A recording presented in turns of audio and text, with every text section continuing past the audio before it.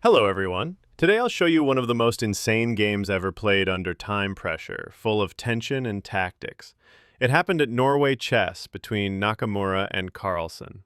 According to the format, Hikaru Nakamura, playing white, had 10 minutes, while Magnus Carlsen, playing black, had only 7. But in this match, Magnus only needs a draw or a win to advance. Hikaru, on the other hand, must win. We'll be following this game from Hikaru Nakamura's point of view, playing with the white pieces. Only a win counts for him. Even a draw gives victory to Magnus. Hikaru begins the game with d4. Magnus replies with f6, then c4. White grabs space in the center. Magnus prepares his central breakthrough with d5, c3, d5. Hikaru captures on d5 with pawns. Magnus takes back with a pawn. The dark-squared bishop jumps aggressively to g5, pinning the knight to the queen on d8. Magnus breaks the pin and prepares for short castling. e3, preparing to develop the bishop. Magnus wants the bishop on g5 gone, and Hikaru retreats it to h4. Black develops their light-squared bishop. At this point, it's unclear what plan white should go for. Sure, bishop e2 is possible, but then the light-squared bishops would be traded. So instead, Hikaru plays f3, taking control over e4, and preparing a possible e4 advance later, supported by the f3 pawn.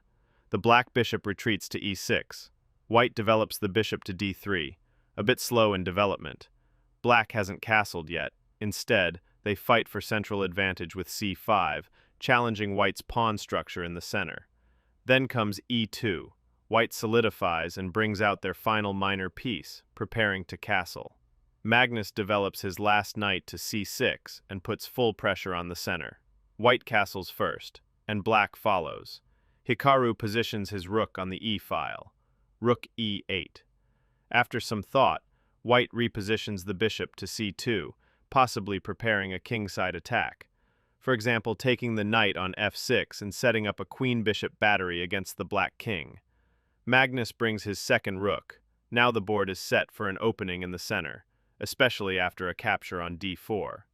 White starts centralizing. The knight jumps to f4, attacking the bishop on e6.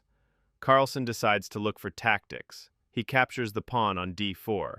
After knight takes e6, Hikaru, in between, captures the bishop, attacking the queen. Pawn recaptures on e6. White grabs the pawn on d4.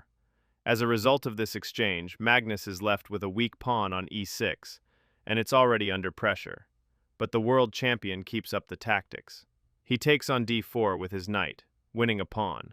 Now, taking with the queen is impossible, since bishop c5 would destroy the white king on g1. The queen would be lost, so the knight cannot be captured. But Blitz legend Hikaru Nakamura calculated deeper than the champ. He plays bishop g6, and suddenly Carlsen has too many pieces hanging in the center. The rook on e8 has to move, and in the upcoming lines, the knight on d4 will be hanging, then the pawn on e6 could fall, and the d5 pawn might become weaker. Carlsen, already playing with a time handicap, spends another full minute here. But he finds the move. Rook f8. Magnus has 4 minutes, 30 seconds. Hikaru, 9 minutes, 20 seconds. More than double. Magnus is in time trouble, and the position is very unclear. Hikaru finds another strong move, bishop f2. Now the knight on d4 is simply hanging. We're ready to take it with the bishop. The dark horse retreats, and the pawn on e6 falls. Hikaru takes it with the rook. White's pieces are starting to tie down the black position, and Magnus clearly doesn't like that. The pawn on d5 becomes a target, but Magnus decides to turn it into strength with d4, pushing the white knight back. Knight falls back to e2. Now the pawn on d4 is under attack from 3 pieces, while black defends it with only 2, the queen and the knight. Then bishop c5, adding 1 more defender, and for now the pawn survives. But white continues. Knight jumps to f4, joining the other pieces on the king side. Magnus wants to trade, simplify. He centralizes the knight to d5, attacking white's knight, but he forgets about the light squares around his king, which are incredibly weak. In this position, with just 20 seconds, Hikaru finds the best continuation. Queen jumps to b3, x-raying the knight on d5 through the king. There's no real defense. Magnus has no choice but to give up the queen.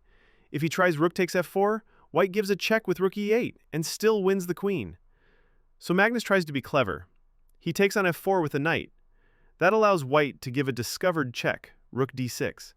A nasty check against the black king, and there's no way to block it. Magnus must move the king, otherwise even more material falls. He does, and white captures rook d8. Rook takes d8, but Magnus is the rapid and blitz world champion for a reason. He fights back. For his queen, he gets a knight and a rook, plus the powerful passed pawn on the d-file. Still, Magnus is in time trouble, only 2.5 minutes against 7. After thinking for a minute, Hikaru takes the pawn on b7. Now even the knight on c6 is under pressure. Knight jumps to e5, attacking the bishop on g6 again. The bishop drops back to e4, solidifying the center. Magnus instinctively retreats his bishop to b6, where it's protected by the a7 pawn. Then a4 from Hikaru, threatening a5 to push the bishop off. But Magnus doesn't allow it. He throws his knight to c4. Now, if a5, he can simply take it with a knight. Queen goes to a6, the knight is hanging. Knight d2, aiming for a counterattack, threatening the bishop on e4. That bishop has to move, otherwise black gains big counterplay in the center. Hikaru uses the tempo, pushing his pawn to chase away the bishop on b6. Magnus retreats the bishop to c5. White's bishop escapes far away to b7. Knight b3, attacking the rook and opening space for the passed pawn. Rook d1 to control the d-file and that passed pawn. But Magnus keeps pushing. d3. The pawn is now 2 steps from queening. White trades bishops on c5. Knight recaptures and creates a fork on the queen and bishop. But white captures the a7 pawn and now has their own dangerous passed pawn on the a-file. Magnus takes the bishop on b7. After the trade rook e8, full centralization of the black pieces. The knight on f4 is extremely annoying, controlling the queening square. Black's rooks dominate the d and e files. In classical time, this would be lost. But blitz? White still has 2 dangerous passed pawns and a queen. And Hikaru doesn't like that knight on f4. It's too dominant. He plays g3, trying to chase it away. And now, in this insane time scramble, let's switch to real-time view of the players. Here, Magnus thinks for just 10 seconds and sacrifices his knight on f4. Then, pushes d2, the strongest move. Now, if you take the knight, black plays rook e1, takes d1, and queens. Hikaru wonders what to do, how to stop rook e1. Hikaru finds a second brilliant move, queen b4, controlling e1 from checks. Now, if rook e1, it doesn't win, trades are okay. Magnus immediately responds with rook d4, sacrificing it. If you take, knight e2 forks queen and king. So the only solution, white must sacrifice the queen for the pawn. Hikaru finds it. Magnus captures, rook recaptures. Now the knight is hanging, knight e6. We reach a theoretically drawn position. Black's knight and rook are holding back white's passed pawns. Knight goes to c5, c7, then b4 to support the pawn. Magnus brings the king to the center. Hikaru starts pushing on the queen side. Rook a8, attacking a5. Hikaru defends, he cannot lose any pawns now. He must win, even a draw equals a loss for him. He shakes his head, knowing Magnus could sacrifice his knight for the 2 pawns. Rook a2, that's how Hikaru protects the pawn. Magnus brings his king toward the center. Black pawns can't advance for now. Hikaru brings his king to the center as well. King e3, king e7. Nakamura spots an idea. He plays b6. Now there's a threat of b7, king e3, king d6, defending the knight, and white's king rushes to devour the entire king side, while black is busy grabbing pawns on the queen side. But g6 follows. Now the king has no entry. So h4. Hikaru wants to break through with h5 and push his king into the black camp. Magnus doesn't know what to do. He centralizes his knight to d5.